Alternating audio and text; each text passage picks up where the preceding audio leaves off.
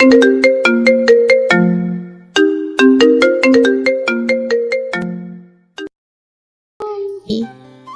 করতে পারি দেখবেন? হ্যাঁ, দেখা দেখি তুই কি করতে পারিস। দাঁড়ান। বাবা শাহরিয়ার, উঠে পড়, অনেক বেলা হয়ে গেল তো। উঠতেছি মা। মায়ের কথা মতো বিছানা থেকে উঠে ফ্রেশ হয়ে রুমের বাইরে আসলাম। তাড়াতাড়ি খেয়ে নে। শিখা কোথায়? স্কুলে গেছে। ও, খেয়ে গেছে? তুই কি আজকেই চলে যাবি? হুম। কেন, আর কয়েকদিন থেকে গেলে হতো না? না মা। ও ঠিক আছে।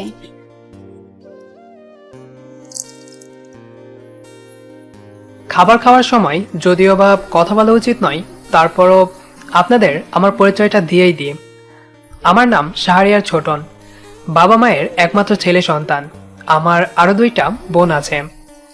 বর্তমানে আমি ঢাকায় একটা মাল্টিন্যাশনাল কোম্পানিতে জব করছি।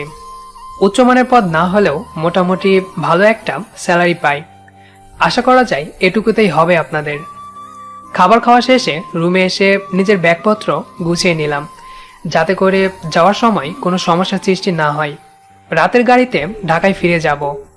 কাপড় গোছানো শেষে বাসা থেকে বাইর হয়ে আসলাম বন্ধুদের সাথে আড্ডা দিতে।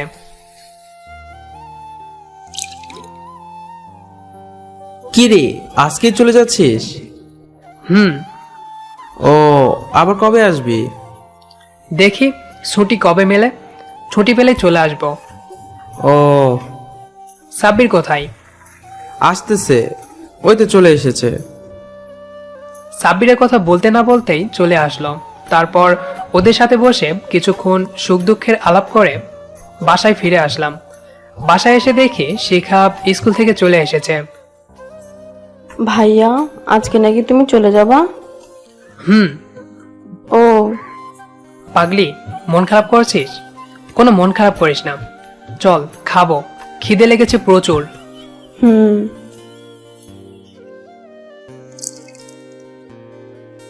রাতে বাসের সিটে বসে বসে ভাবছি, জীবনে কিছু পেতে হলে কিছু হারাতে হয়।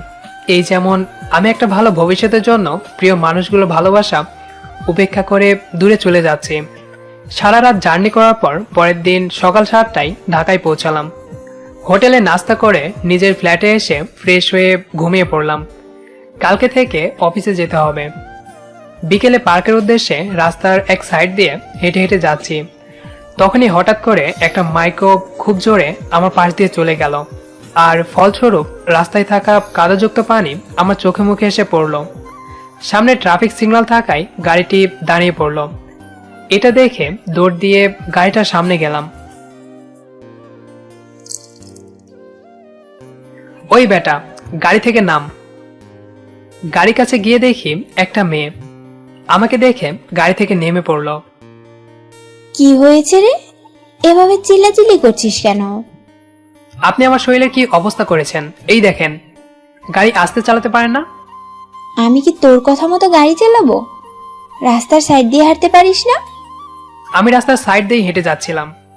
তো কি হয়েছে? এখন আমার গাড়ির সামনে থেকে সরে দাঁড়া, দেরি হয়ে যাচ্ছে। তোর মতো রাস্তার ছেলের সাথে তর্ক করার আমার কোনো ইচ্ছে বা সময় কোনোটাই নেই। কি এত বড় কথা? একে তো আমার শরীর নোংরা করে দিয়েছেন, আবার আমাকে অপমান করছেন। হ্যাঁ করেছি তো, তুই কি করবি? কি করতে পারি দেখবেন? হ্যাঁ, দেখা দেখি তুই কি করতে পারিস। দাঁড়ান। রাস্তার সাইডে পড়ে থাকা একটা গাছের ডালের টুকরো হাতে নিয়ে দিলাম গাড়ির হেডলাইট একটা বাড়ি। আমি এইটা করতে পারি, ওই এটাও করতে পারি। ওই বেয়াদব ছেলে, তুই আমার গাড়ির হেডলাইট ভাঙচুর করলি কেন? আপনি তো বললেন আমি কি করতে পারি তা দেখাতে, সেটাই দেখালাম। এখন তাহলে আমি আসি, কেমন? ভালো থাকবেন। এই কথা বলে সেখান থেকে চলে আসলাম। মেয়েটি পেছন থেকে আমাকে অনেকবার ডাকছিল, কিন্তু আমি সাড়া না দিয়ে চলে আসি। পরের দিন অফিসে একটু তাড়াহুড়ো করেই ঢুকেছি, কারণ ঘুম থেকে উঠতে একটু লেট হয়েছে। ছুটি কাটিয়ে আসার পর প্রথম দিনেই যদি লেট হয় তাহলে বস রাগ করতে পারে, আর এজন্যই এত তাড়াহুড়ো। সিঁড়ি দিয়ে উঠতে যাব, ঠিক তখনই নিজের অজান্তেই একজনের সাথে ধাক্কা খেলাম।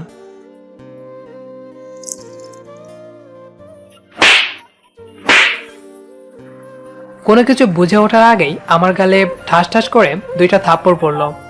তাকিয়ে দেখি কালকে সেই মেয়েটি রাগী চোখে আমার দিকে তাকিয়ে আছে। এমন ভাবে তাকাচ্ছে মনে হয় চোখ দিয়েই গিলে খাবে। লুচ্চা ছেলে কোথাকার, মেয়ে দেখলেই ধাক্কা দিতে ইচ্ছে করে। আসলে আমি আপনাকে দেখতে পারিনি, তাড়াহুড়ায় উঠতে গিয়ে অজান্তেই আপনার সাথে ধাক্কা লাগে। এখন তো বলবি, তোদের মতো লুচ্চা বেয়াদব ছেলেকে আমার ভালো করেই চেনা আছে। তোরা শুধু একটু ছুতো খুঁজে বেড়াস কিভাবে মেয়েদের গায়ে পড়া যায়। দেখেন, আপনি আমাকে ভুল ভাবছেন। হ্যাঁ, ভুল তো তখনই ভেবেছিলাম যখন তুই আমার গাড়ির হেডলাইট ভেঙেছিলি। আসলে আমি কালকের জন্য সব যা বাবা চলে গেল। সরি বলার আগেই হুড়মুড় করে সিঁড়ি দিয়ে নেমে চলে গেল মেয়েটা। কি মেয়ে রে বাবা, তবে মেয়েটার গায়ে জোর আছে বলতে হবে। কি জোরে থাপ্পড়গুলো মেরেছে রে ভাই, গালগুলো ব্যথা করছে। উফ। অফিস রুমে আসার পর কিছুক্ষণ পর বসের কেবিনে আমার ডাক পড়ল।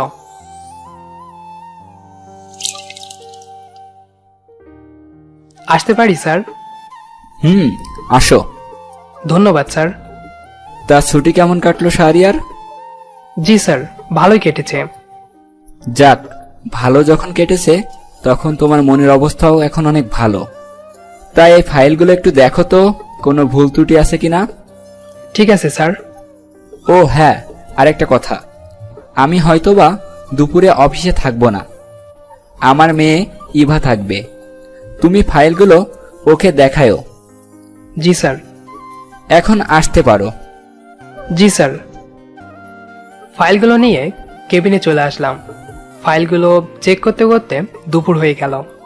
চেক করা শেষ হলে ক্যান্টিনে গিয়ে খাবার খেয়ে নিলাম। দুপুরের খাবার খেয়ে ফাইলগুলো নিয়ে বসের কেবিনের দিকে হাঁটা দিলাম। কেবিনের কাছে এসে, আসতে পারি ম্যাম? হ্যাঁ, আসুন। কেবিনের ভিতরে প্রবেশ করে অবাক হয়ে গেলাম, কারণ ইভা ম্যামের পাশে সকালে সেই বজ্জাত খাটাস মেয়েটা বসে আছে। খাটাস মেয়েটি আমার দিকে চোখ গরম করে তাকিয়ে আছে। শাহরিয়ার, বসো। ধন্যবাদ ম্যাম। শাহরিয়ার, আমি তোমাকে আগেই বলেছিলাম না আমাকে ম্যাম বলবে না, আপু বলে ডাকবে। সরি আপু। আপু, এই ফাইলগুলো একটু চেক করে দেখেন তো ঠিক আছে কিনা। দাও। আর হ্যাঁ, আমার ছোট বোন সামিয়া। আমি মনে মনে ভাবছি, এটাই তাহলে বসের ছোট মেয়ে। এতদিন জানতাম বসের 2টা মেয়ে, তার মধ্যে ইভা আপুকে আগে থেকে চিনতাম, কিন্তু এই খাটাস বজ্জাত মেয়েটাকে আগে কখনো দেখিনি, তাই চিনিও না।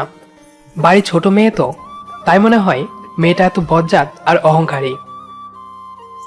শাহরিয়ার, কি ভাবছো? কিছু না আপু, আপনি বরং ফাইলগুলো চেক করেন, আমি যাই। দেখা শেষ হলে আমাকে একটু খবর দিয়েন যদি কোনো ভুল ত্রুটি থাকে।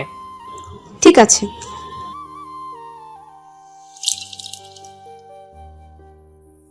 কেবিন থেকে তাড়াহুড়ো করে বেরিয়ে আসলাম, কারণ ওই বজ্জাত অহংকারী মেয়েটার সামনে বসে থাকতে কেমন যেন আনইজি ফিল হচ্ছিল।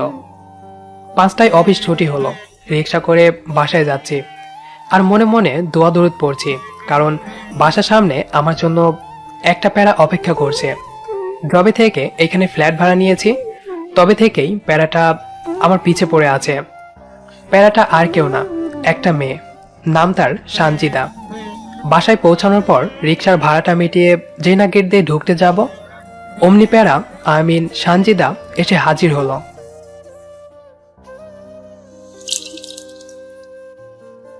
এতক্ষণ লাগে অফিস থেকে আসতে, আর তুমি যে গ্রামের বাড়ি থেকে ফিরে এসেছো একবারের জন্য আমাকে বলার প্রয়োজন বোধ করলে না?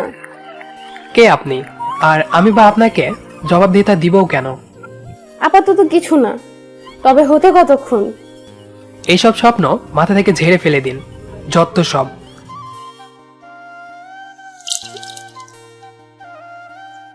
এই বলে নিজের ফ্ল্যাটে চলে আসলাম। প্রতিদিন এভাবেই আমাকে সানজিদার বকবকানি শুনতে হয়। মেয়েটা আমাকে ভালোবাসে, কিন্তু আমি তাকে ভালোবাসি না, এইটা এত করে বলার পরও বোঝাতে পারছি না। রাতে ছাদে বসে বসে আকাশের দিকে তাকিয়ে আছি আর মনে মনে ভাবছি এই আকাশটা কতই না বিশাল। কিন্তু এই বিশাল আকাশের নিচে বসবাস করে সমাজের এমন কিছু কুরুচিপূর্ণ মানুষ যারা অর্থের লোভ আর অহংকারে ভুলে যায় তাদের রক্তের সম্পর্ককে, ঝাঁপিয়ে পড়ে কিছু কুরুচিপূর্ণ কাজকর্মে। অর্থের লোভে ভুলে যায় তাদেরও ঘরে ছেলে মেয়ে আছে, তাদেরকেও একদিন মরতে হবে, দিতে হবে জবাবদিহিতা সৃষ্টিকর্তার কাছে।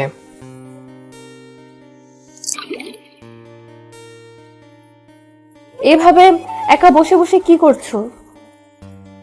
ভাবনার ছেদ ঘটিয়ে সানজিদা ছাদে এসে ওপরে কথাটি বলল। আপনাকে কেন বলবো? আর আপনি এত রাতে ছাদে কেন? এমনি আসলাম তোমার সাথে দেখা করতে, জানি তুমি এই সময় ছাদে থাকবে তাই। কথা বলতে বলতে সানজিদা আমার পাশে এসে বসে পড়ল। আরে আরে, আপনি আমার পাশে এসে বসলেন কেন? আপনি এখান থেকে চলে যান অন্য কেউ দেখার আগে। অন্য কেউ দেখার আগে মানে? এত রাতে যদি কেউ আমাদের দুজনকে একসাথে ছাদে বসে থাকতে দেখে তাহলে অনেক সমস্যার সৃষ্টি হবে। কিছুই হবে না, তুমি এত ভয় পাচ্ছ কেন? আরে ভয়ে দেখি তোমার শরীর দিয়ে ঘাম ছুটে গেছে, এইদিকে আসো, আমি তোমার ঘামগুলো মুছে দিচ্ছি। সানজিদার কথা শুনে অনেক অবাক হয়ে গেলাম। রাত্রিবেলাও কিভাবে বুঝতে পারলো আমি ঘেমে যাচ্ছি? আরে আজব মেয়ে তো আপনি, এভাবে আমার দিকে চেপে আসছেন কেন? ধুর, থাকবোই না এখানে। রাগ দেখিয়ে ছাদ থেকে চলে আসলাম। অফিসের কিছু কাজ ছিল, সেইগুলো সেরে রাত 12টার দিকে ঘুমিয়ে পড়লাম। পরের দিন সকালে ঘুম থেকে উঠে হালকা নাস্তা খেয়ে অফিসে চলে আসলাম। হালকা নাস্তা বলার কারণ হলো আমি বেশি কিছু তৈরি করতে পারি না, শুধু হালকা পাতলা রান্না করতে পারি, যা দিয়ে নিজের দিব্যি খেয়ে দিয়ে চলতে পারি। অফিসে আসার পর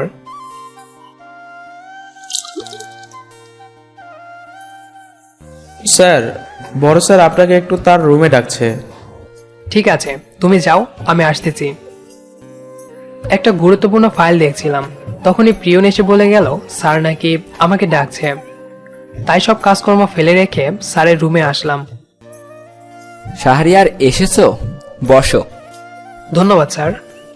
তোমাকে যে কারণে ডাকলাম, তুমি কি অফিসের কাজে দেশের বাইরে যেতে পারবে? ঠিক বুঝলাম না স্যার আপনার কথা। আসলে তুমি তো জানো আমি অসুস্থ, ডাক্তার জার্নি করতে মানা করেছে। এখন অফিসের কাজে ইভাকে লন্ডনে যেতে হচ্ছে। একটা মেয়ে মানুষ হয়েও একা হাতে এত কাজ সামলাতে পারবে না, হিমশিম খেয়ে যাবে। সেই জন্য আমি চাচ্ছি ইভার সাথে তুমিও যাও। যদি তোমার যেতে কোনো ধরনের সমস্যা থেকে থাকে তাহলে আমাকে নির্দ্বিধায় বলতে পারো। আসলে স্যার আমার তেমন কোনো সমস্যা নেই, তবে তবে কি?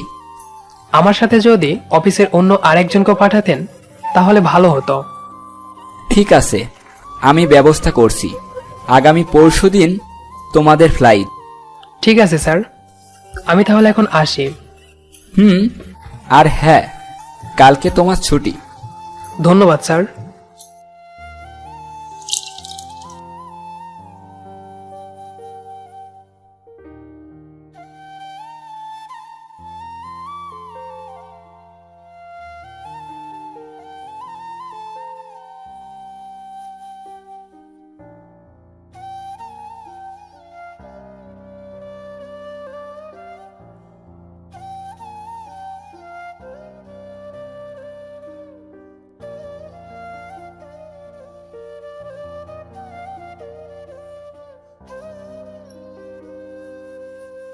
আপনি? কেন, অন্য কারো আশা করছিলেন নাকি? হ্যাঁ করেছিলাম, শুধু আপনার না। আপনি যাই বলেন না কেন, আমি অত সহজে আপনার পিছু ছাড়ছি না। এখন সরে দাঁড়ান তো, আমাকে ভিতরে যেতে দিন। আমার উত্তরের অপেক্ষা না করেই সানজিদা হুড়ুড় করে ভেতরে চলে আসলো। ভেতরে এসে খাবার টেবিলে বক্সটা রাখলো। আপনি কি করছেন এসব বলুন তো? কি আবার, আম্মু আপনার জন্য খাবার পাঠিয়েছে, সেগুলোই দিতে আসলাম। আপনি তো আর আমাদের বাসায় যান না, তাই আমিই নিয়ে আসলাম। ও ঠিক আছে, আপনি তাহলে এখন চলে যান, আমি বক্সটা পরে পাঠিয়ে দেব। ঠিক আছে।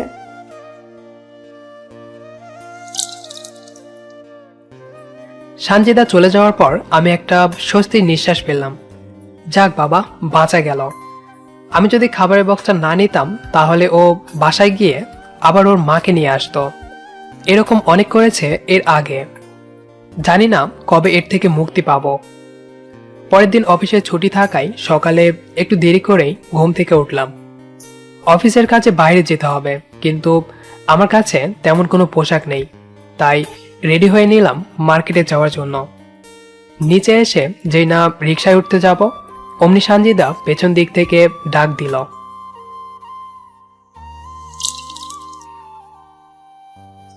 কোথায় যাওয়া হচ্ছে শুনি এভাবে সেজে গুজে? মরতে যাবেন আমার সাথে?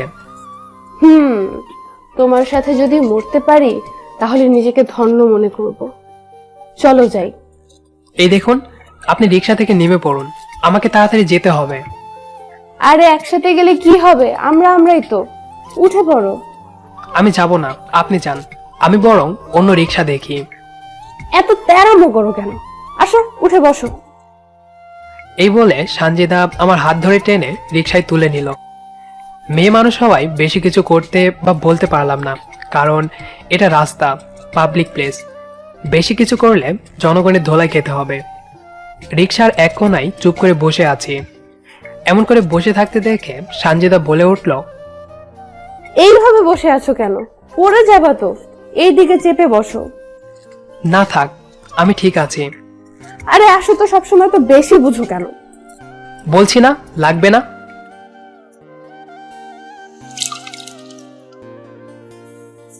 হঠাৎ করে ধমক শুনে সানজিদা ভয়ে কেঁপে উঠল, মাথাটা নিচু করে চুপচাপ বসে রইল। মার্কেটের সামনে এসে আমি রিকশা থেকে নেমে ভাড়াটা মিটিয়ে মার্কেটের ভেতরে চলে আসলাম, আর সানজিদা ওই রিকশাতেই তার গন্তব্যে চলে গেল। কেনাকাটা করে মার্কেটের সামনে দাঁড়িয়ে আছি নিলয় ভাইয়ার জন্য, তিনিও আমাদের সাথে যাবেন।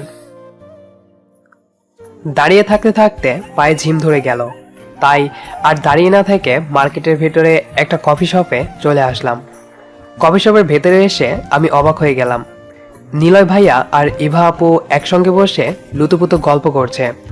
আমাকে দেখা মাত্রই নিলয় ভাইয়া হকচকিয়ে দাঁড়িয়ে পড়ল, আর ইভা আপু মিটমিট করে হাসতে লাগলো। ভাইয়া, আমি তোমার জন্য কতক্ষণ ধরে বাইরে দাঁড়িয়ে আছি, আর তুমি এখানে আপুর সাথে বসে বসে গল্প করছো? কি বলো, তোমাকে বাহিরে দাঁড় করিয়ে রেখেছে? আসলে শাহরিয়ার, থাক ভাইয়া, কিছু বলতে হবে না। আপু আমাকে সব বলেছে, আর বলেছে বলেই তো তুমি আজকে আপুর সাথে যেতে পারছো। ও আমাদের ব্যাপারে সব জানে।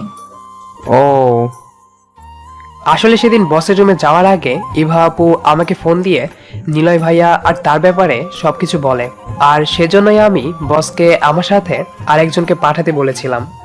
আর আমার পর বস নিলয় ভাইয়াকে বিশ্বাস করে, তাই আমার বিশ্বাস ছিল বস নিলয় ভাইয়াকে পাঠাবেন। তা তোমার শপিং করা শেষ? হো, তা কি কি কিনলে? বেশি কিছু না আপু, এই সামান্য কিছু শার্ট প্যান্ট। হো, আপু, আপনারা তাহলে কথা বলেন, আমি চলে যাই। আরে কফি খেয়ে যাও। না ভাইয়া, খাবো না, বাসায় চলে যাব। যেতে যখন চাচ্ছ যাও, তবে কালকে সময় মতো এয়ারপোর্টে চলে আসবে কিন্তু। মার্কেট থেকে বাসায় ফিরে এসে ফ্রেশ হয়ে রান্নার কাজে লেগে পড়লাম। তখনই কলিং বেলটা বেজে উঠল। দরজা খুলে দিয়ে দেখি সানজিদা।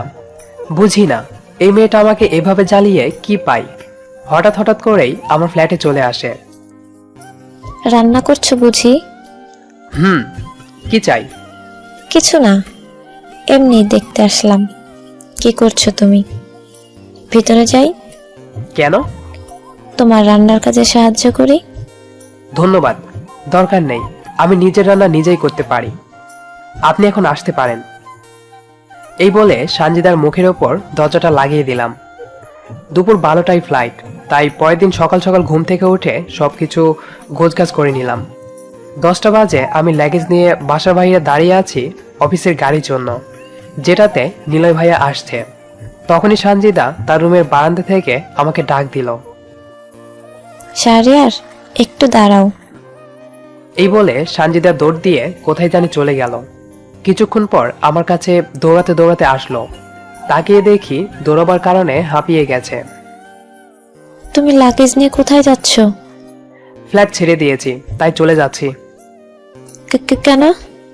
এখানে থাকবো না আর, তাই। তুমি কি আমার উপর রাগ করে চলে যাচ্ছ? প্লিজ যেও না, আমি আর তোমাকে ডিস্টার্ব করব না। সানজিদার দিকে তাকিয়ে দেখি চোখের কোণায় নোনা জল চিকচিক করছে, কখন জানি চোখ থেকে ঝরে পড়ে। কান্না করছেন কেন আপনি? প্লিজ তুমি যেও না, আমি তোমাকে আর ডিস্টার্ব করব না। সানজিদা নিজের আবেগকে সামলাতে না পেরে কান্না করে দিল, যেটার জন্য আমি মোটেও প্রস্তুত ছিলাম না। দেখুন, আপনি কান্না করবেন না। আমি বাসা ছেড়ে দেইনি, আপনার সাথে এতক্ষণ ধরে মজা করছিলাম। তাহলে লাগেজটা তোমার হাতে কেন? অফিসের কাজে দেশের বাইরে যাচ্ছি, সেজন্যই। সত্যিই তো? এবার চোখের পানিগুলো মুছে ফেলুন, রাস্তার মানুষ দেখলে খারাপ ভাববে। এই বলে সানজিদা হাতটা উল্টো করে চোখের পানিগুলো মুছে ফেলল। হাত দিয়ে মোছার কারণে সানজিদার চোখে থাকা কাজলগুলো চারিদিকে ছড়িয়ে গেল। এইটা দেখে আমি হাসতে লাগলাম। আমাকে এমন হাসতে দেখে সানজিদা বলল, তুমি এভাবে হাসতেছো কেন? আপনার মোবাইলের স্ক্রিনে একটু নিজের চেহারাটা দেখুন, আপনাকে যা লাগছে না। আমার কথা মতো সানজিদা মোবাইলটা হাতে নিয়ে নিজের চেহারাটা দেখলো। কাজল লেপ্টে থাকতে দেখে সানজিদা লজ্জায় লাল হয়ে মাথা নিচু করে ফেলল। তোমাকে কিন্তু অনেক মায়াবী লাগছে। যা।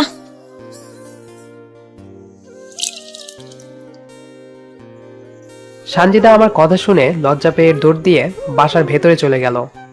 এই প্রথম সানজিদাকে এভাবে লজ্জা পেতে দেখলাম। মনে মনে বলে উঠলাম, পাগলি একটা।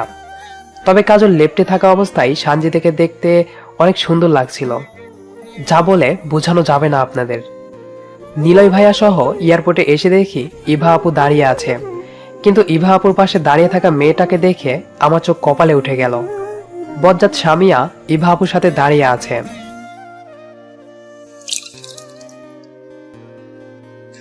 আসতে তো দেরি হলো কেন? আপু, নিলয় ভাইয়া আসতে দেরি করেছে, তাই। ও তো করবি, সব জায়গায় লেট করে আসে, লেট টোতেফ কোথাকার। আপু চলো, দেরি হয়ে যাচ্ছে তো। স্বামীয়ার কথাটা শুনে কিছুটা অবাকই হলাম, কারণ আমার জানা মতে আমরা 3 জন যাচ্ছি। কিন্তু স্বামীয়ার কথাবার্তার ধরন দেখে মনে হচ্ছে সেও আমাদের সাথে যাবে। নিশ্চিত হওয়ার জন্য নিলয় ভাইয়াকে জিজ্ঞেস করলাম, ভাইয়া, সামিয়াও কি আমাদের সাথে যাবে?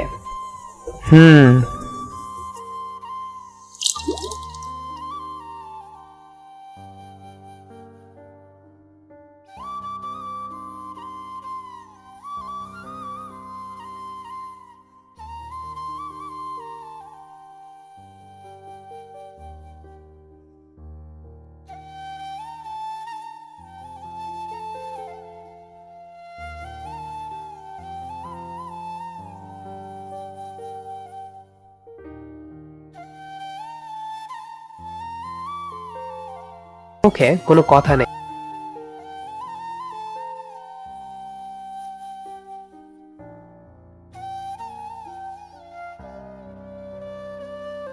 এক হাত দিয়ে জড়িয়ে ধরে ঘুমাচ্ছে। এই অবস্থায় সামিয়াকে দেখতে অনেক মায়াবী আর সুন্দর লাগছে, একদম নিষ্পাপ শিশুর মতো।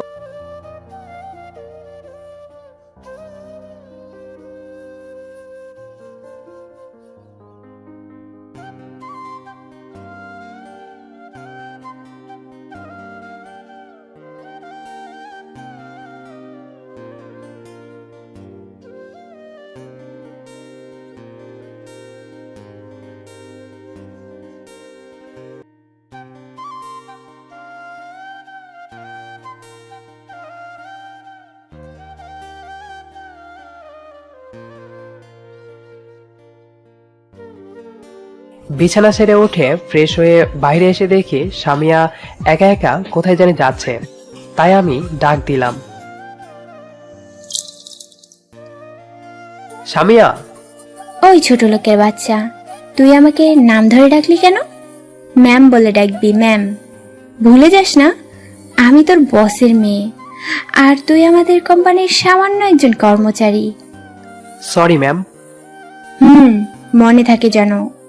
এবার বল, কি কারণে ডাকলি? নিলয় ভাইয়া আর ইভা আপু কোথায়? আমি জানি না, সাদে গিয়ে দেখতে পারিস। এই বলে সামিয়া চলে গেল। আমি আর কোথাও না গিয়ে রুমে ফিরে আসলাম। মনটা ভালো না। সামিয়ার কথাগুলো সোজা বুকে এসে আঘাত করছে। এই সামান্য একটু কারণে সে আমাকে এতগুলো কথা শুনিয়ে গেল। আমার বাবাকে ছোট লোক বলে গালি দিল। কি ব্যাপার শাহরিয়ার, এখানে এভাবে দাঁড়িয়ে কি ভাবছো? বারান্দায় দাঁড়িয়ে সামিয়ার বলা কথাগুলো নিয়ে ভাবছিলাম। তখনই নিলয় ভাইয়া এসে আমাকে প্রশ্নটা করলো। কিছু না ভাইয়া, এমনি দাঁড়িয়ে আছি। তা কালকে তো আমাদের মিটিং আছে, তাই না? ইভা তোমাকে তার রুমে ডাকছে, এই বিষয় নিয়ে কথা বলবে। চলো যাই। চলেন।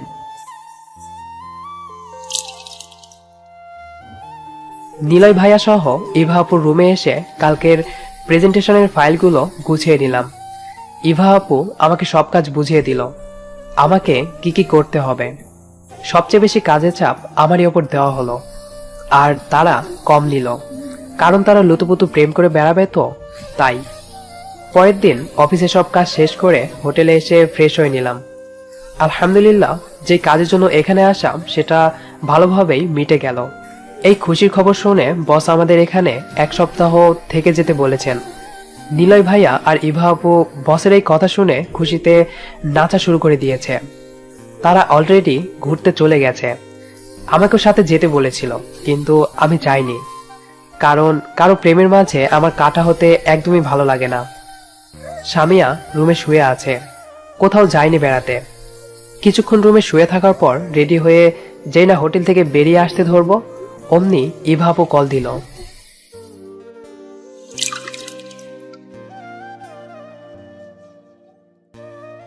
শাহরিয়ার, সামিয়াকে নিয়ে রিজেন্টস পার্কে চলে আসো। এই রিজেন্টস পার্ক নামক উদ্যানে লন্ডন চিড়িয়াখানাটি অবস্থিত। দেখতে অনেক সুন্দর। আপু, আমি তো হোটেলের বাইরে চলে এসেছি। একটু কষ্ট করে হোটেলে ফিরে গিয়ে সামিয়াকে নিয়ে আসো। আচ্ছা ঠিক আছে।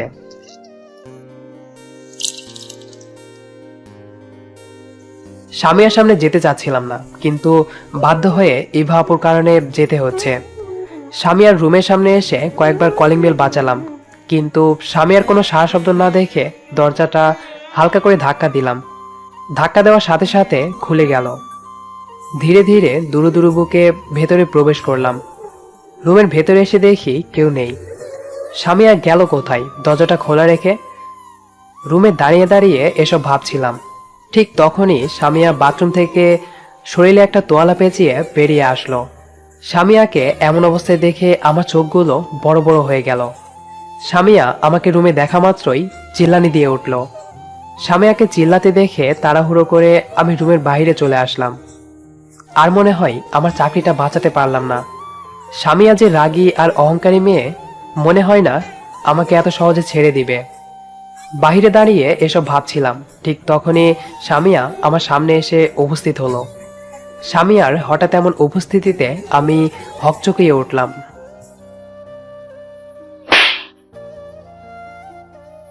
আচমকা সামিয়া আমার গালে একটা চড় বসিয়ে দিল। হঠাৎ করেই এমন চড় বসিয়ে দেওয়ায় আমি ভ্যাবাচাকা খেয়ে গেলাম। লুচ্চা ছেলে, কারো রুমে যেতে হলে নক করে যেতে হয়, সেটা জানিস না? নাকি তোর বাবা মা এই শিক্ষা দেয় নাই? আমি কোনো কথা না বলে চুপচাপ মাথা নিচু করে দাঁড়িয়ে আছি। আমাকে কথা না বলতে দেখে সামিয়া আবার বলে উঠল, এখন কথা বলছিস না কেন? আগে দেশে যাই, তারপর তোকে দেখছি। এখন চল, আপু আমাদের জন্য অপেক্ষা করছে। চুপচাপ হোটেলের বাইরে চলে আসলাম। আমি সামনে হেঁটে যাচ্ছি, আর আমার পেছন পেছন সামিয়া আসছে। পার্কে আসার পর এতটুকু রাস্তা আসতে এত সময় লাগে? আপু, একটু সমস্যা হয়েছিল, সেজন্য আসতে লেট হলো। সামিয়াকে আমার দিকে চোখ গরম করে তাকাতে দেখে আমি মুখটা অন্যদিকে ঘুরিয়ে নিলাম। পার্কটি ভালো করে ঘুরে ফিরে রাতে একটা রেস্টুরেন্টে ডিনার সেরে হোটেলে চলে আসলাম। একসঙ্গে বসে খাবার খাওয়ার সময় সামিয়া আমার দিকে রাগী চোখে তাকিয়েছিল। বুঝতে পেরেছিলাম আমাকে তার সহ্য হচ্ছিল না, কিন্তু ইভা আপুর জন্য কিছু বলতে পারছিল না। এক সপ্তাহ লন্ডনে কাটিয়ে দেওয়ার পর আজকে দেশে ফিরে যাচ্ছি। এই এক সপ্তাহে সামিয়া আমাকে অনেকভাবে অপমান করেছে। আমি কিছুই বলিনি, শুধু মুখ বুজে সহ্য করেছি। কারণ সে বসের মেয়ে, চাকরি বাঁচাতে হলে এমন হাজারো অপমান অপদস্থ সহ্য করতে হবে। দেশে পৌঁছানোর পর আমি এয়ারপোর্ট থেকে সোজা বাসায় চলে আসলাম। ফ্ল্যাটে আসতে না আসতেই সানজিদা এসে হাজির হলো। মনে হয় এতদিন আমার পথ চেয়েছিল। আমাকে দেখে সানজিদা একটা মুচকি হাসি দিল। কেমন আছো? ভালো, আপনি? এতদিন ভালো ছিলাম না, তবে এখন তোমাকে দেখার পর থেকে ভালো আছি। আজ তো কোনো সমস্যা হয়নি তো তোমার? না। ও ঠিক আছে, তুমি তাহলে রেস্ট নাও, আমি এখন যাই, পরে আসবো। আসতে হবে না আর আপনাকে। তুমি না বললেও আমি আসবো। এই বলে সানজিদা চলে গেল। দুপুরে খাওয়া দাওয়া করে রুমে বসে আছি, ঠিক তখনই বস ফোন করলো। রিসিভ করার পর, আসসালামু আলাইকুম স্যার। ওয়ালাইকুম আসসালাম। শাহরিয়ার, ব্যস্ত আছো কি? না স্যার, তেমন কোনো কাজ নেই। তাহলে বিকালে একবার আমার বাসায় আসিও তো। ঠিক আছে স্যার। ফোনটা কেটে দিয়ে স্যারের গুষ্টি উদ্ধার করলাম, কারণ আমি তার মেয়ের থেকে দূরে দূরে থাকতে যাচ্ছি, আর বারবার তিনি আমাকে কাছে নিয়ে যাচ্ছেন। না জানি বস কি কারণে বাসায় ডাকছেন। পরক্ষণে মনে পড়লো সামিয়া তো বলেছিল দেশে এসে সে আমাকে দেখে নেবে। তাহলে কি সে বসকে সবকিছু বলে দিয়েছে? আল্লাহ, তাহলে তো আমি আজকে শেষ। বিকেলে রেডি হয়ে দুরু দুরু বুকে বসের বাড়িতে আসলাম। মাথায় হাজারো চিন্তা এসে ভর করছে। ভয়ে চিন্তায় শরীরটা ঘেমে একাকার হয়ে গেছে। কলিং বেলটা বাজানোর কিছুক্ষণ পর একটা মেয়ে এসে দরজা খুলে দিল। ভেতরে প্রবেশ করে দেখি বস সোফায় বসে আছে। সালাম দিয়ে আমিও বসে পড়লাম। শাহরিয়ার, তোমাকে যে কারণে ডেকেছি। বসের কথা শুনে বুকটা ধুক করে উঠল। আমি তোমার কাজে অনেক সন্তুষ্ট, তাই তোমার প্রমোশনের ব্যবস্থা করেছি। বসের কথা শুনে আমার সকল চিন্তা ভাবনা দূর হয়ে ঠোঁটের কোণায় এক চিলতে হাসি ফুটে উঠল। যাক, তাহলে সামিয়া বসকে কিছু বলেনি। আমার প্রমোশনের চেয়ে এইটা ভেবে ভালো লাগছে যে সামিয়া বসকে কিছু বলেনি। বসের সাথে ভালো মন্দ কথা বলার পর বস একটু তার রুমে চলে গেল। এই ফাঁকে আমি সোফা থেকে উঠে দাঁড়িয়ে বাড়ির চারপাশটা একটু হেঁটে হেঁটে দেখতে লাগলাম। ঘুরতে ঘুরতে একটা রুমের সামনে এসে দেখি দরজাটা হালকা করে খুলে রাখা, আর ভেতর থেকে গুনগুন করে গান গাওয়ার আওয়াজ আসছে। যে গানটা গাচ্ছে তার কণ্ঠটা অনেক সুন্দর। কে গান করছে তা দেখার জন্য দরজা দিয়ে একটু উকি মারলাম। ভেতরে যা দেখলাম তা দেখার জন্য আমি মোটেও প্রস্তুত ছিলাম না। সামিয়া আয়নার সামনে দাঁড়িয়ে ড্রেস চেঞ্জ করছে আর গুনগুন করে গান করছে। হঠাৎ করেই সামিয়া আমাকে আয়নায় দেখতে পাই। সরি, আমি কিছু দেখিনি। এই বলে খিচ্চা দিলাম একটা দৌড়। একেবারে বাড়ির বাইরে চলে আসলাম।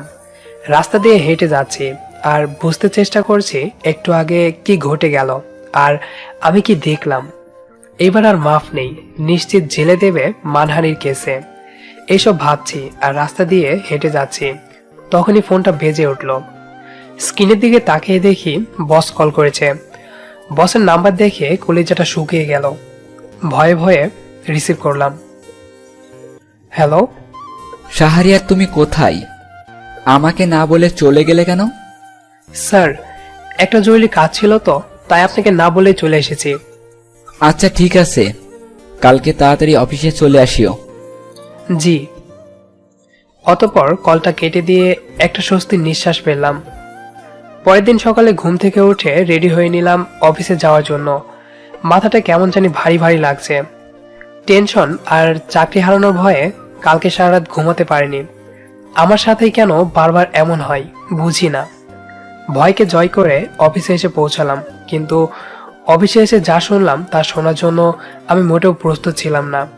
স্যার নাকি আর অফিসে আসবেন না, তার 2 মেয়ে এখন থেকে অফিস চালাবে। আর আজকে অফিসে সামিয়া বসের দায়িত্বে আছে।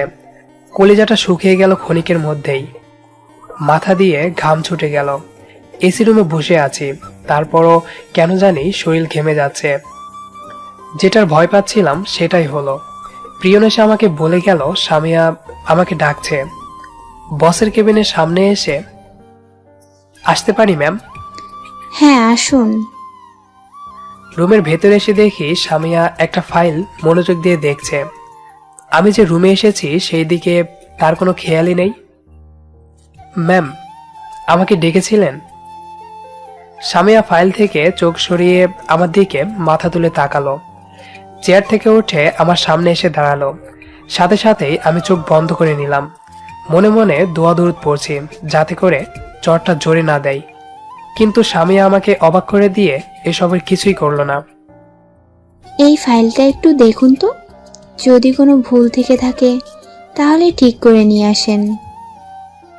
সামিয়াকে এভাবে শান্তভাবে কথা বলতে দেখে চোখ খুলে সামনে তাকিয়ে দেখি সামিয়া একটা ফাইল আমার দিকে বাড়িয়ে দিয়ে আছে। সামিয়ার এমন আচরণে অবাক হয়ে গেলাম। আমাকে এমনভাবে তাকিয়ে থাকতে দেখে সামিয়া আবার বলে উঠল, কি হলো, এভাবে তাকিয়ে আছেন কেন? ফাইলটা নিয়ে যান। জি ম্যাম। ফাইলটা হাতে নিয়ে তাড়াতাড়ি নিজের কেবিনে চলে আসলাম। সামিয়ার এমন শান্তশিষ্ট স্বভাব দেখে আমি কিছুটা না অনেকখানি শক খেয়েছি। ভেবেছিলাম আমাকে চড় মারবে, কিন্তু সামিয়া সেরকম কিছুই করলো না। ফাইলটা দেখা শেষ হলে ফাইলটা নিয়ে সামিয়ার কাছে আসলাম। ম্যাম, এই নিন। ভালো করে দেখেছেন তো? ফাইলটা আমার হাত থেকে নিয়ে সামিয়া দেখা শুরু করে দিল। সব ঠিকঠাক আছে। এই ফাইলগুলো নিয়ে যান আর কালকের মধ্যে কমপ্লিট করে আমাকে জমা দিবেন। কি? কি হলো? ম্যাম, এ তো অনেকগুলো ফাইল, এগুলো দেখতে কমপক্ষে 3 দিন লাগবে। কালকের মধ্যেই জমা দিতে হবে, না হলে চাকরি ছেড়ে দিয়ে বাসায় গিয়ে বসে থাকুন। ম্যাম, আমি কালকের মধ্যে এত ফাইল কমপ্লিট করতে পারবো না। কালকে যদি ফাইলগুলো কমপ্লিট করে না নিয়ে আসতে পারেন তাহলে রিজাইন লেটারটা সাথে করে নিয়ে আসেন। ম্যাম, আমার কথাটা শুনুন। আমি আপনার কোনো কথাই শুনতে পারবো না। আপনি এখন আসতে পারেন। অতঃপর উপায় না পেয়ে ফাইলগুলো নিয়ে চলে আসলাম। আসার সময় মনে মনে সামিয়াকে ঠিকসে ধোলাই করছি। এতক্ষণে বুঝতে পারলাম সামিয়া আমার সাথে আজকে এত ভালো ব্যবহার কেন করলো। আমাকে নীরবে চিপা মার দিয়ে দিল। এতগুলো ফাইল একদিনে দেখা কখনোই সম্ভব না। রাত 3টা বাজে, আমি এখনো ঘুমাইনি। ঘুমাবই বা কি করে ফাইলগুলো কমপ্লিট না করে? চোখ আর খোলা রাখতে পারছি না, আপনা আপনি বন্ধ হয়ে যাচ্ছে। কাজ করতে করতে কখন যে ঘুমিয়ে গেলাম বলতেই পারি না। সকালে ঘুম থেকে উঠে দেখি 10টা বাজে। অলরেডি 30 মিনিট পেরিয়ে গেছে অফিসের। তাড়াহুড়ো করে রেডি হয়ে না খেয়েই অফিসে চলে আসলাম। তারপরও 1 ঘন্টা 30 মিনিট লেট। ম্যামের রুমে ডাক পড়লো। আসতে লেট হলো কেন? এটা কি আপনার বাবার কোম্পানি যে যখন ইচ্ছে আসবেন? আসলে ম্যাম, ফাইলগুলো কমপ্লিট করতে করতে রাত 3টা বেজে গেছিল, তাই সকালে ঘুম থেকে উঠতে দেরি হয়ে যায়। আমি এত কিছু জানতে চাইনি। এরপর লেট করে আসলে আমি বাধ্য হব আপনাকে চাকরি থেকে বাহির করে দিতে। জি ম্যাম, আর লেট হবে না। ফাইলগুলো দিন। এই নিন ম্যাম। সামিয়া ফাইলগুলো নিয়ে দেখতে লাগলো। কি ব্যাপার, এখানে 5টা ফাইল কেন? আমি তো আপনাকে 7টা ফাইল দিয়েছিলাম, বাকি দুটো কোথায়? সরি ম্যাম, বাকি 2টা এখনো কমপ্লিট করতে পারিনি। এই কথা বলার সাথে সাথেই সামিয়া হাতে থাকা ফাইলগুলো আমার মুখের উপর ছুঁড়ে মারলো। তোকে আমি বলেছি না আজকের মধ্যেই ফাইলগুলো কমপ্লিট করতে হবে? জি ম্যাম। তাহলে করিস নাই কি কারণে? তোর বাবা মা কি তোরে এই শিক্ষা দিয়েছে, কাজে ফাঁকিবাজি করা? ম্যাম, আপনি আমাকে নিয়ে যা ইচ্ছে বলুন, প্লিজ আমার বাবা মাকে নিয়ে কিছু বলবেন না। বলবো, 100 বার বলবো। কি করবি তুই? আসলে তুই না, তোর বাবা মাই খারাপ। এই কথা শোনার পর আমি নিজের রাগকে আর কন্ট্রোল করতে পারলাম না। সামিয়ার গালে কষিয়ে একটা চড় মারলাম। এত জোরে চড় মেরেছে যে সামিয়া তাল সামলাতে না পেরে মেঝেতে পড়ে গেল। আমার বাবা মা কি খারাপ রে? খারাপ তো তুই, বেয়াদব মেয়ে। এই তোর শিক্ষা, অন্যের বাবা মাকে গালি দেস? তুই আমাকে চর মারলি? হ্যাঁ মেরেছি। কি করবি তুই? আমাকে চাকরি থেকে বের করে দিবি? তোকে আর কষ্ট করে বাইর করতে হবে না, আমি নিজে চাকরিটা ছেড়ে দিচ্ছি। তোর মতো অহংকারী মেয়ের আন্ডারে কাজ করার আমার কোনো ইচ্ছে নেই। এই বলে কেবিন থেকে বাইর হয়ে আসলাম। নিজের কেবিনে এসে একটা রিজাইন লেটার লিখে অফিসের বক্সে জমা দিয়ে বাসায় চলে আসলাম। এই শহরে আর থাকবো না, নিজের বাড়ি চলে যাব।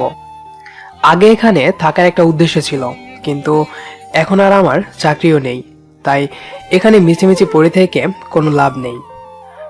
ফ্ল্যাটে যাওয়ার আগে ফ্ল্যাটের মালিকের কাছে গেলাম। সালাম আলাইকুম আঙ্কেল। ওয়ালাইকুম আসসালাম। কেমন আছো শাহরিয়ার?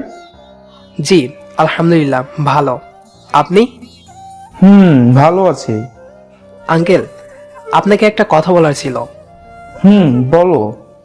আঙ্কেল, আমি বাসাটা ছেড়ে দিতে চাচ্ছি। কেন, তোমার কি এখানে থাকতে কোনো সমস্যা হচ্ছে? না না আঙ্কেল, তা না, এখানে থাকতে আমার কোনো সমস্যা নেই। আসলে আমি গ্রামের বাড়ি চলে যাব। গ্রামের বাড়ি যাবা মানে? তাহলে তোমার অফিস? আমি চাকরিটা ছেড়ে দিয়েছি। চাকরি ছাড়ার কথা শুনে আঙ্কেল অবাক হয়ে গেলেন। হতবাক হয়ে আমার দিকে তাকিয়ে আছেন। চাকরি কি কারণে ছেড়ে দিলা? সে অনেক কথা, অন্য আরেকদিন শুনিয়েন। আঙ্কেলকে বলতে চাইছিলাম না কি কারণে আমি চাকরিটা ছেড়ে দিয়েছি। ঠিক আছে। তাহলে আজকে আমি উঠি। উঠি মানে? খাওয়া দাওয়া করে যাও। না আঙ্কেল, অন্য আরেকদিন। ফ্ল্যাটে এসে ফ্রেশ হয়ে আমার সবকিছু গোছানো শুরু করে দিলাম। ঠিক তখনই কলিং বেলটা বেজে উঠল। এই সময় আবার কে আসলো? দরজাটা খুলে দিয়ে আমি অবাক হয়ে গেলাম। আমার সামনে বস, সামিয়া আর ইভা আপু দাঁড়িয়ে আছে। আসসালামু আলাইকুম স্যার, আপনি? আমি। তোমার সাথে কথা আছে, ভিতরে চলো বলছি। জি স্যার, আসুন। বস ভেতরে এসে বসার পর আমাকে বলল, কি ব্যাপার শাহরিয়ার, এসব আমি কি শুনছি? তুমি নাকি চাকরি ছেড়ে দিয়েছ? জি স্যার। তুমি চাকরিটা ছেড়ে দেওয়ার আগে একবারও মনে করলে না আমার সাথে তোমার কথা বলা দরকার? দেখো, সামিয়া ভুল করেছে। শুধুমাত্র 2টা ফাইলের জন্য তার এমন রিয়াক্ট করা একদমই উচিত হয়নি। সে আমার কাছে এ নিয়ে ক্ষমা চেয়েছে। আমি চাই তুমি কালকে থেকে অফিসে আবার নিয়মিত আসবে।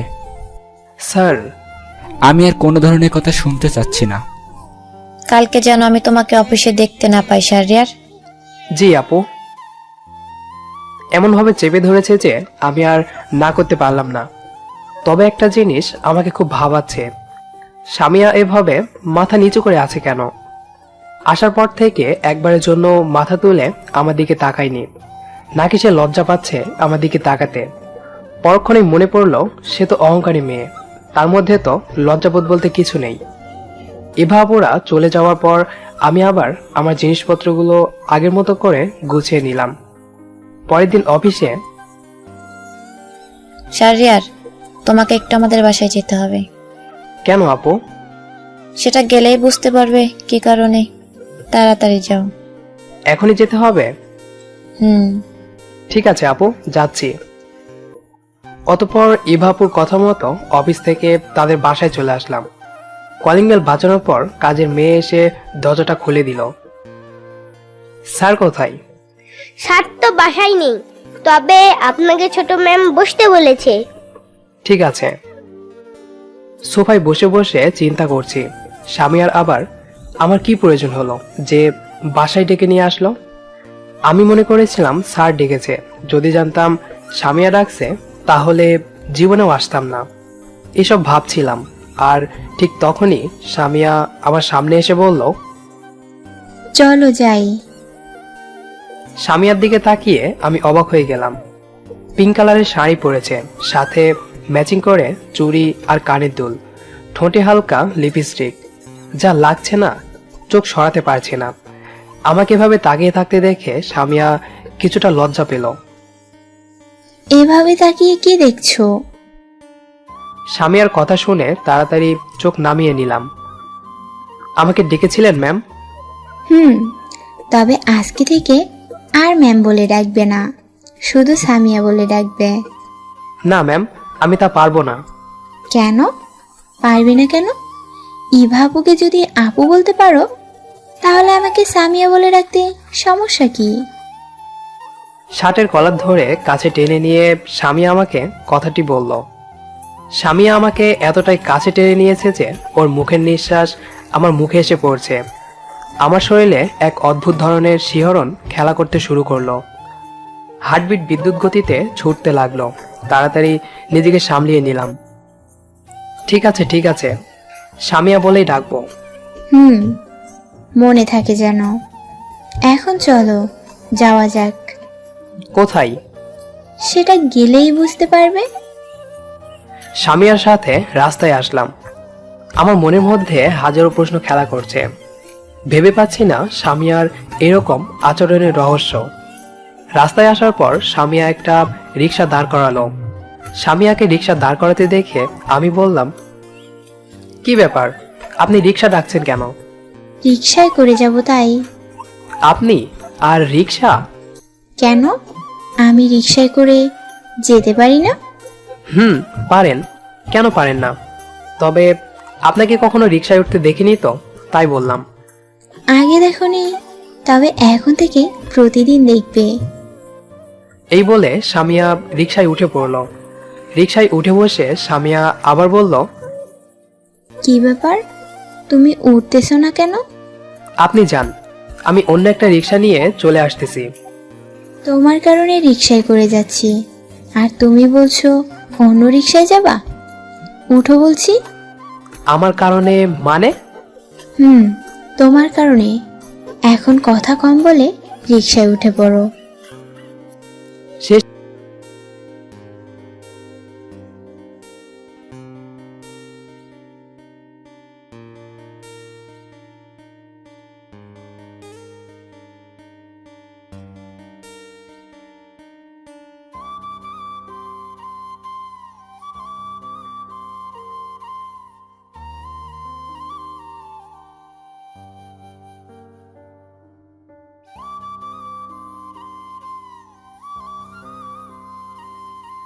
চেপে বসছো কেন? আর এভাবে ঘেমে যাচ্ছ কেন? এদিকে আসো, আমি ঘাম মুছে দিচ্ছি। সামিয়া হাত দিয়ে আমার মুখটা তার দিকে করে নিল। শাড়ির আঁচল দিয়ে আলতো করে ঘাম মুছে দিতে লাগলো। এতটা কাছে আসার কারণে আমরা একে অপরের প্রতিটা শ্বাস প্রশ্বাস অনুভব করতে পারছি। সামিয়ার ছোঁয়া পেয়ে আমার প্রতিটা শিরা উপশিরা কম্পিত হয়ে উঠছে। আর ঠিক তখনই রাস্তায় থাকা গর্তে রিকশার একটা চাকা পড়ে যায়। সামিয়া আর আমি এতটাই কাছে ছিলাম যে ধাক্কা সামলাতে না পেরে আমাদের দুজনের ঠোঁট এক হয়ে যায়। বিদ্যুতিক শক খেলে যেমন শরীর ঝাঁকি দেয়, ঠিক তেমনই শরীরটা কেঁপে উঠল। এমন উষ্ণ ছোঁয়া পেয়ে দুজনেই স্তব্ধ হয়ে গেলাম। চুপচাপ বসে আছি, কারো মুখে কোনো কথাই নেই। আমি লজ্জায় মাথা তুলে তাকাতে পারছি না। কিছুক্ষণ পর রিক্সা একটা পার্কের সামনে এসে দাঁড়িয়ে পড়ল। রিক্সা থেকে নেমে আমি ভাড়াটা দিতে ধরলাম, কিন্তু সামিয়া আমাকে বাধা দিল।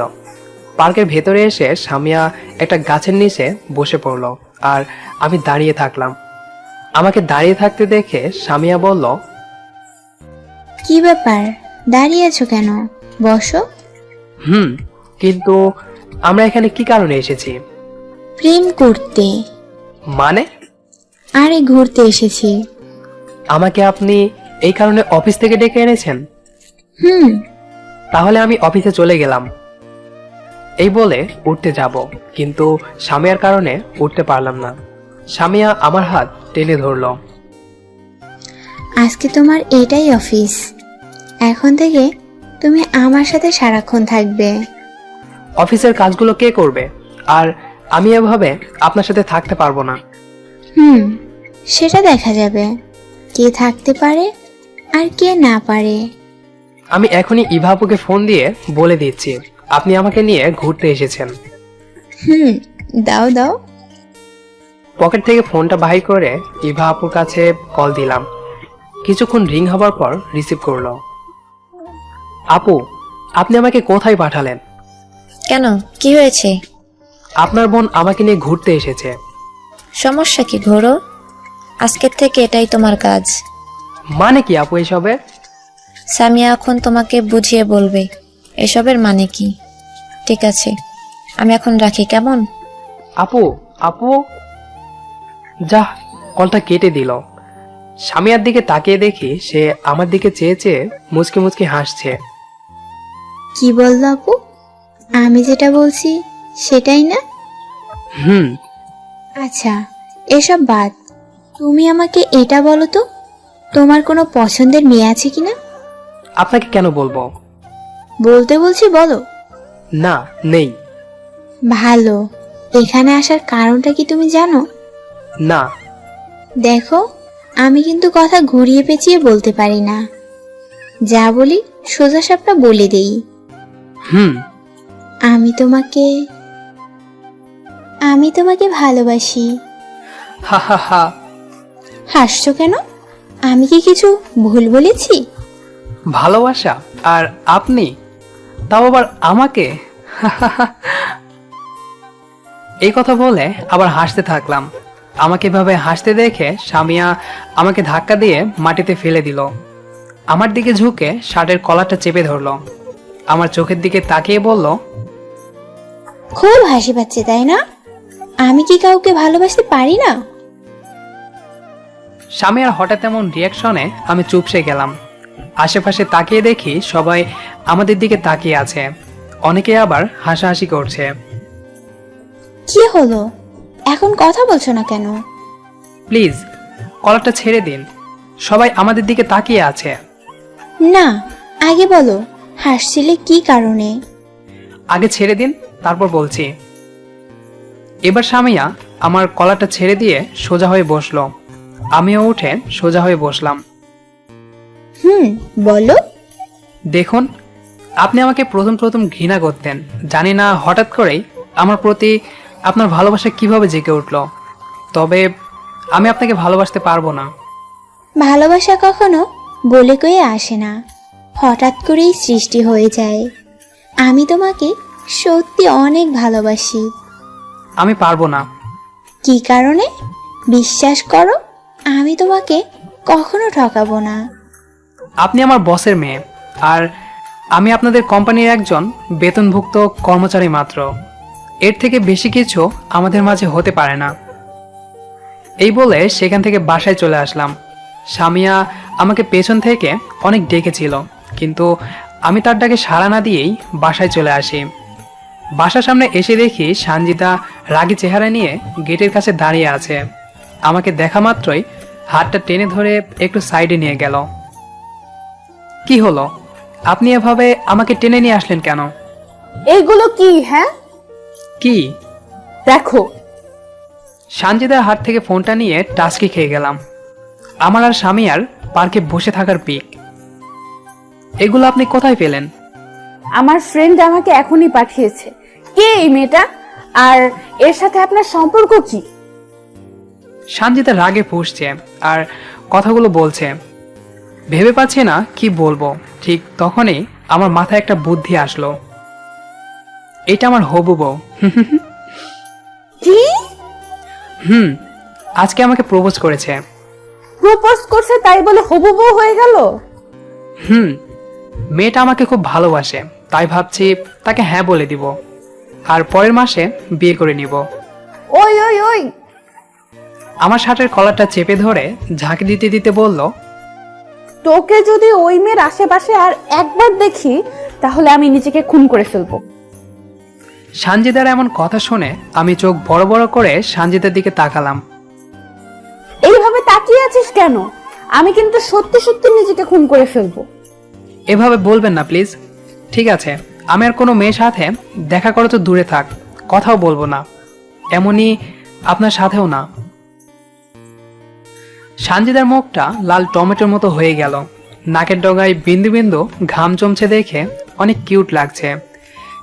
ইচ্ছে করেছে নাকের ডগায় একটা কামড় বসিয়ে দিই, কিন্তু পরক্ষণেই নিজের মনকে সান্ত্বনা দিলাম। তাড়াতাড়ি করে নিজের ফ্ল্যাটে চলে আসলাম। পরের দিন অফিস রুমে বসে একটা গুরুত্বপূর্ণ ফাইল দেখছিলাম। ঠিক তখনই সামিয়া আমার কেবিনে আসলো। কেবিনে প্রবেশ করে আমার কাছে এসে আমার টাইটা টেনে ধরে দুজনের ঠোঁট এক করে দিল। ঘটনাটা এত তাড়াতাড়ি ঘটে গেল যে আমি কিছুই বুঝতে পারলাম না। নিজেকে ছাড়ানোর চেষ্টা করছি, কিন্তু কোনো এক অদ্ভুত অনুভূতির কারণে পারছি না। সামিয়া আমার ঠোঁট জোড়ায় একবার কামড় দিচ্ছে তো আরেকবার চুমু খাচ্ছে। এভাবে 2 মিনিট ঠোঁটের ওপর নির্যাতন চলল। কিস করা শেষ হলে আমাকে ছেড়ে দিয়ে সামিয়া দৌড় দিয়ে রুম থেকে বাইর হয়ে গেল। আমি হতবাক হয়ে চেয়ারে বসে পড়লাম। সবকিছু কেমন জানি অচেনা অচেনা লাগছে। মাথার ওপর দিয়ে সবকিছু চলে যাচ্ছে। একটু আগে কি ঘটে গেল তা বোঝার চেষ্টা করতে থাকলাম। এটা আমার স্বপ্নে ছিল নাকি বাস্তবে ঘটে গেল এটা আমার সাথে। ঠোঁটটা প্রচুর ব্যথা করছে। ঠোঁটে হাত দিয়ে দেখি রক্ত। সামিয়া এতটাই নির্যাতন করেছে যে ঠোঁট কেটে গিয়ে রক্ত বাইর হচ্ছে। খুব অসহায় লাগছে নিজেকে। আমার মতো পিচ্চি একটা ছেলেকে একা পেয়ে সামিয়া এমনটা কিভাবে করতে পারলো? 5টায় অফিস ছুটি হলো। অফিস থেকে বাইর হয়ে দেখি সামিয়া দাঁড়িয়ে আছে আর আমাকে দেখে মুচকি মুচকি হাসছে। রাগী চোখে সামিয়ার দিকে তাকালাম। আমাকে এভাবে তাকাতে দেখে সামিয়া আমার সাথে কথা বলার জন্য এগিয়ে আসলো, কিন্তু আমি পাত্তা না দিয়ে একটা রিকশায় উঠে বাসায় চলে আসি। পরের দিন অফিসের জন্য রেডি হয়ে রিকশার জন্য রাস্তায় দাঁড়িয়ে আছি। ঠিক তখনই সানজিদার বাবা আমার কাছে আসলো।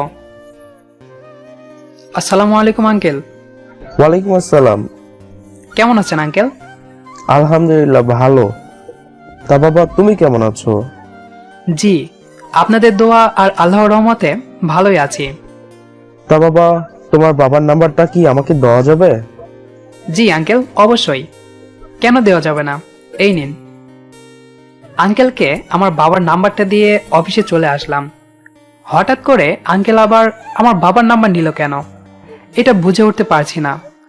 কেবিনে বসে বসে এসব ভাবছিলাম, তখনই সামিয়া আসলো। কি এত ভাবা হচ্ছে শুনি? সামিয়ার কথা শুনে ধরফরিয়ে বসা থেকে উঠে পড়লাম। বলা তো যায় না, যদি কালকের মতো কিছু করে বসে। আরে আরে, এভাবে উঠে পড়লে কেন? ভয় নেই, আজকে অমন কিছু করব না। আপনি এখানে কেন? প্রেম করতে আসলাম। কি? হুম। সামিয়াকে আমার দিকে এগোতে দেখে আমি আস্তে আস্তে পেছনে যেতে লাগলাম। আপনি এভাবে আমার দিকে এগিয়ে আসছেন কেন? তুমি এভাবে পিছিয়ে যাচ্ছ কেন? দেখুন, এটা একটা অফিস। প্লিজ এমন কিছু করবেন না, আমার দিকে আসবেন না। ঠিক আছে, যাব না, যদি তুমি আমাকে ভালোবাসো। না, পারবো না। কেন পারবে না? কেন? আপনি আমার মালিক, তাই। বিয়ে করতে পারবে আমাকে? ভালোবাসতেই পারবো না, আবার বিয়ে? চ্যালেঞ্জ, আজকেই আমি তোমাকে বিয়ে করব। চ্যালেঞ্জ। আর যদি আপনি হেরে যান তাহলে আমাকে আর কোনোদিনও ডিস্টার্ব করবেন না। ঠিক আছে, তাহলে রেডি হয়ে যাও আমাকে বিয়ে করার জন্য। সামিয়া কথা বলতে বলতে আমার গালে চুমু দিয়ে বসলো। আমি সাথে সাথে সামিয়ার থেকে দূরে সরে গেলাম, আর সামিয়া হাসতে হাসতে রুম থেকে বাইর হয়ে গেল। দুপুর 2টা বাজে, আমি এখনো কিছু খাইনি। খাবই বা কিভাবে? প্রচুর টেনশনে যে আছি সামিয়াকে নিয়ে। না জানি মেয়েটা কি করে বসে। ইভাপুর কাছে আসলাম। কি ব্যাপার শাহরিয়ার, এ সময় তুমি আমার কেবিনে? সবকিছু ঠিক আছে তো? না আপু, কিছুই ঠিক নেই। কেন, কি হয়েছে? আপু, আপনার বোন আমাকে চ্যালেঞ্জ করেছে, সে আজকের মধ্যেই আমাকে বিয়ে করবে। কি? শাহরিয়ার, তুমি তাহলে আজকে শেষ। ওর জেদ সম্পর্কে তুমি এখনো অবগত নও। ও যা বলে তাই করে। ও চ্যালেঞ্জে জিততে যে কোনো পাঙ্গা অবলম্বন করতে দুবার ভাবে না। আমি এখন কি করব আপু? আমার বলার কিছুই নেই। সামিয়া যেভাবে হোক আজকে তোমাকে বিয়ে করেই ছাড়বে। কথা বলার মাঝেই ইভাপুর ফোনে একটা কল আসলো। আপু কলটা রিসিভ করে কথা বলতে লাগলো। কিছুক্ষণ কথা বলার পর কলটা কেটে দিয়ে আপু কান্নায় ভেঙে পড়ল।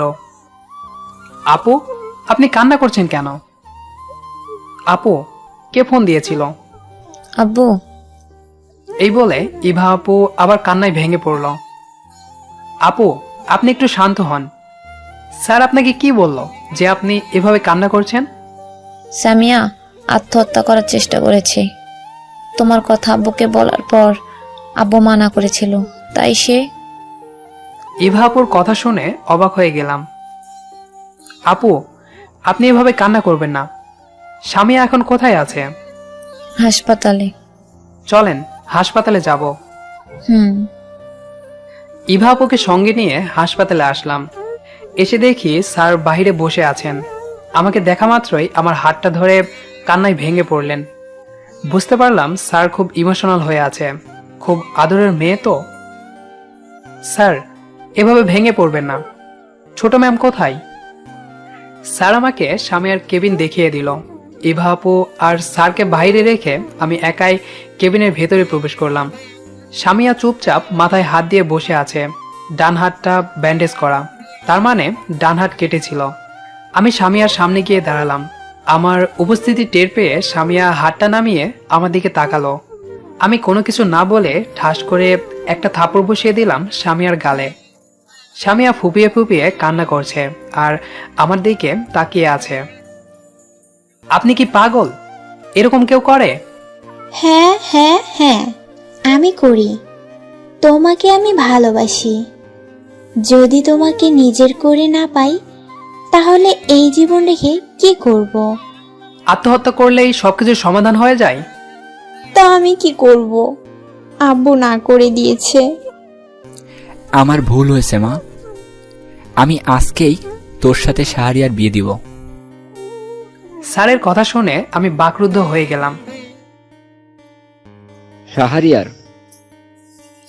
স্যার কিছু বলার আগেই আমি বলে উঠলাম, স্যার, আমি আপনার মেয়েকে বিয়ে করতে পারবো না। আমি আপনার অফিসের সামান্য একজন বেতনভুক্ত কর্মচারী মাত্র। আপনার মেয়ে আমার সাথে সুখী হতে পারবে না। আমি তার চাহিদা মেটাতে পারবো না। আমার সেই সামর্থ্য নেই। বাবা, দেখো, আমি এত কিছু বুঝি না। আমার মেয়ে যখন তোমাকে বিয়ে করতে চেয়েছে তখন তোমাকে বিয়ে করতেই হবে, না হলে আমি অন্য পন্থা অবলম্বন করতে বাধ্য হব। স্যার। স্যার বলে কোনো লাভ নেই। আমার মেয়ে আমার কাছে সব। তোমার কারণে আমি আমার মেয়েকে হারাতে পারবো না। বাবা, আসলেই তুমি সবার সেরা। সামিয়া স্যারকে জড়িয়ে ধরে গালে চুমু খেলো। পাগলি মেয়ে আমার, রেডি হয়ে নে, আজকেই তোর বিয়ে। বাবা। সামিয়ার দিকে তাকিয়ে দেখি সে অনেক খুশি। মনে হয় আকাশের চাঁদ হাতে পেয়েছে। চোখের কোণায় জল চিকচিক করছে, আবার হাসতেছেও। ইভা আপুর দিকে মন খারাপ করে তাকালাম। আপু চোখের ইশারা দিয়ে বুঝিয়ে দিল তার কিছু করার নেই। কিছুক্ষণ পর ডাক্তার এসে সামিয়াকে চেক আপ করে গেল। সবকিছু গুছিয়ে নেওয়া হলো বাসায় যাওয়ার জন্য। ডাক্তার আজকে এখানে থেকে যেতে বলেছিল, কিন্তু সামিয়া থাকবে না। স্যার, আমি তাহলে এখন বাসায় যাই। বাসায় যাই মানে? তুমি এখন আমাদের বাসায় যাবে। ওখানে কাজী এসে বসে আছে। স্যার, কয়েকদিন পরে বিয়ে করলে হয় না? আমার বাবা মাকে জানাতে হবে না? সেটা অবশ্যই ঠিক বলেছ। বাবা, আমি আজকেই বিয়ে করব, না হলে কিন্তু আবার হাত কাটবো। না মা, না, তার দরকার নেই। আজকে তোর বিয়ে হবে। শাহরিয়া, তোমার বাবা মায়ের সাথে আমি পরে কথা বলবো। এখন গাড়িতে ওঠো। স্যার, আপনারা যান, আমি রিকশায় করে আসতেছি। পালানোর ধান্দা, তা তো আমি হতে দিচ্ছি না। উঠে পড়ো গাড়িতে। সামিয়া আমাকে টেনে গাড়িতে বসিয়ে দিল। এত করে বললাম যে আমি রিকশায় করে যাব, কিন্তু সে আমার কথা শুনলই না। ভেবেছিলাম রিকশার কথা বলে এখান থেকে কেটে পড়ব, কিন্তু সেটা আর হলো না। সামিয়াদের বাসায় পৌঁছানোর পর দেখি সত্যি সত্যি কাজী এসে বসে আছে। আমার আসার সাথে সাথেই কাজী তার কাজকর্ম শুরু করে দিল। কিছুক্ষণ পর যখন কাজী আমাকে কবুল বলতে বলল, তখন গলাটা শুকিয়ে গেল। মনে হচ্ছে আমার জিহ্বা টেনে ধরে রেখেছে কেউ। কথা বলতে পারছি না। 10 মিনিট ধরে স্যার আমাকে বিভিন্নভাবে ভয় দেখালো। শেষমেশ স্যারের জোরাজোরিতে কবুল বললাম। সামিয়াকে কবুল বলার সাথে সাথেই সে কবুল বলে দিল। বিয়ের সব কাজকর্ম মিটে যাওয়ার পর আমি স্যারকে বললাম, স্যার আমি তাহলে এখন বাসায় যাই। বাসায় যাবে মানে? আর আমার মেয়ে? সে আপাতত এখানেই থাক, আমি এখন পরে এসে নিয়ে যাব। না বাবা, আমি ওর সাথে এক্ষুনি যাব। ও আমার স্বামী, ও যেখানে থাকবে আমিও সেখানে থাকবো। শাহরিয়ার, স্বামী মাকেও তোমার সাথে নিয়ে যাও। বাধ্য হয়ে সামিয়াকে সাথে করে নিয়ে বাসার দিকে রওনা দিলাম। আমার বিয়ে হয়েছে এটা শোনার পর বাবা মা কি করবে এটা ভেবে শরীরটা কেঁপে উঠল। সামিয়াদের একটা গাড়ি করে যাচ্ছি। সামিয়া আস্তে আস্তে আমার দিকে চেপে বসছে। এটা দেখে আমি বললাম, আপনি এভাবে চেপে বসছেন কেন? আরে এখন চেপে কেন? তোমার কোলে বসলেও কোনো সমস্যা নেই, কারণ তুমি আমার বর। আরে আরে কি করছেন কি আপনি? নামেন আমার কোল থেকে। না, নামবো না। আপনি তো দেখে খুব জেদি মেয়ে, আমাকে এভাবে ফাঁসিয়ে দিলেন। কান্না করো না, দেখবে আমি তোমাকে এত ভালোবাসা দেব যে তুমি আমাকে ছাড়া অন্য কিছু বুঝবে না। আপনার ভালোবাসা আমার লাগবে না। লাগবে লাগবে, বউয়ের ভালোবাসা সবারই লাগে। আচ্ছা, আমরা বাসরাত কিভাবে কাটাবো? ঘরটা তো সাজাতে হবে। আমাদের কেন বাসর হবে? নামেন আমার উপর থেকে। জোর করে সামিয়াকে আমার কোল থেকে নামিয়ে দিলাম। এখন থেকে তুমি করে বলবে। বউকে কি কেউ আপনি বলে? কে বউ? আমি আপনাকে বউ হিসেবে মানি না। আপনি আমাকে জোর করে বিয়ে করেছেন। তুমিই তো চ্যালেঞ্জ করেছিলে, তাই বাধ্য হয়ে এভাবেই বিয়েটা করতে হলো। হইছে হইছে, নামেন। এখন বাসায় এসে গেছি।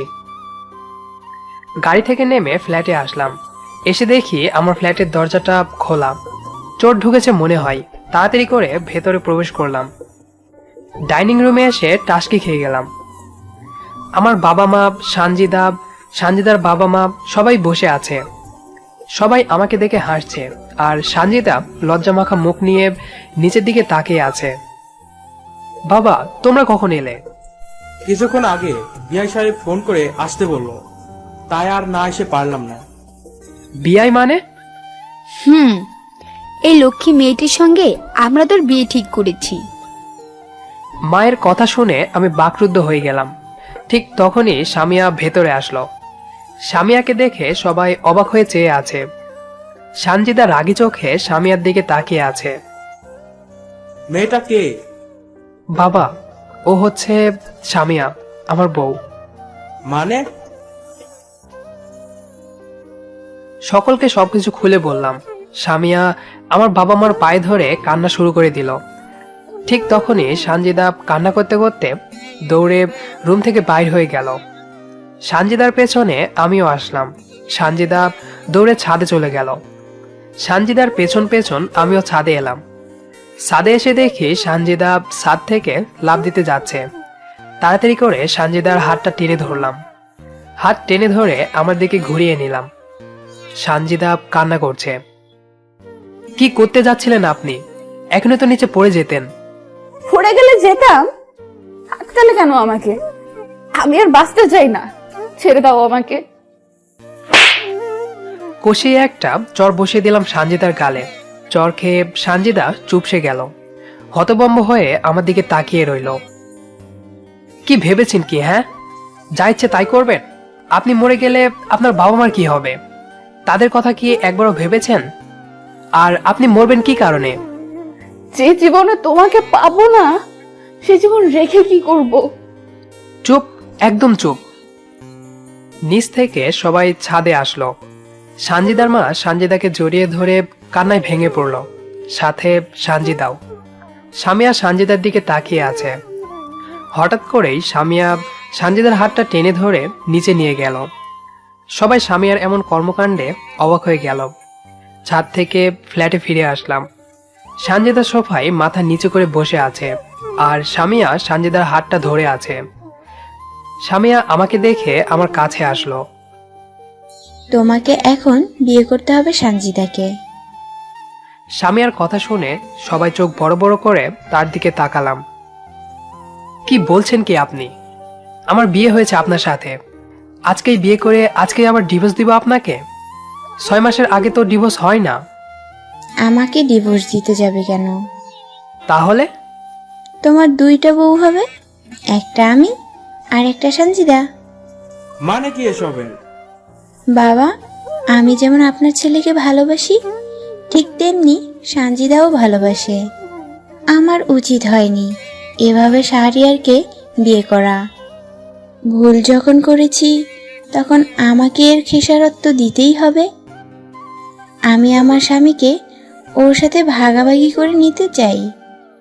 আপনারা প্লিজ মানা করবেন না। উঠে পড়ো মা, আমরা তোমাদের বাধা দিব না। তোমাদের সুখই আমাদের সুখ। কিন্তু মা, শাহরিয়ার, আমি আর কোনো কথা শুনতে চাই না। আমার ঘরে আমি 2টা লক্ষ্মী মেয়েকেই চাই। আপনারা কি বলেন বিয়ান সাহেবা? আমাদের মেয়ে যদি রাজি থাকে আমরা আর না বলবো না। অতঃপর সবার মতামতের ভিত্তিতে কাজে এনে সানজিদার সাথে আমার বিয়ে পড়ানো হলো। স্যারও এসেছিলেন।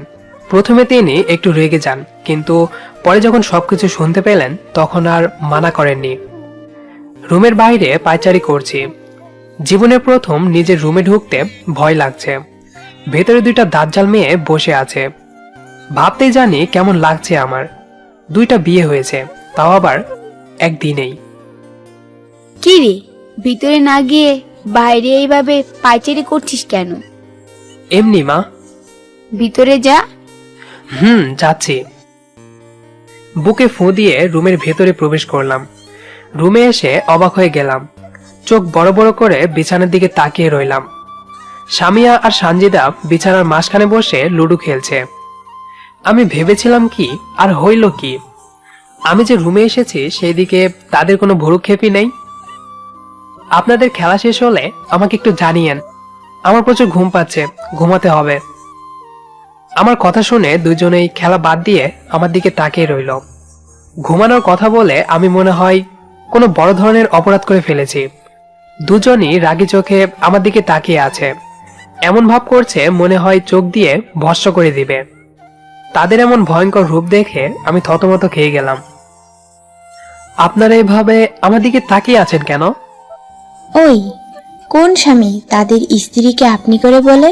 হ্যাঁ, ঠিক আছে। কি ঠিক আছে? বাবুটা দেখি ভয় পেয়ে গিয়েছে। সানজিদা, আসো তো, বাবুটাকে একটু আদর করে দিই। আপু। আমাকে টান মেরে বিছানায় ফেলে দিল। অতঃপর আর কি, 2 বউ সারা রাত নির্যাতন করলো আমার ওপর। 5 বছর পর। বাবা বাবা, মামুনি। ছোট্ট আম্মুর কাছে কখন যাবা? এই তো মামুনি, এখনই। তোমার আম্মু আসলেই চলে যাব। কি করা হচ্ছে শুনি? বাবা মেয়ে? তোমার মেয়ে ছোট আম্মুর কাছে যাওয়ার জন্য ব্যস্ত হয়েছে। তাই বুঝি? এখনই যাব মামুনি।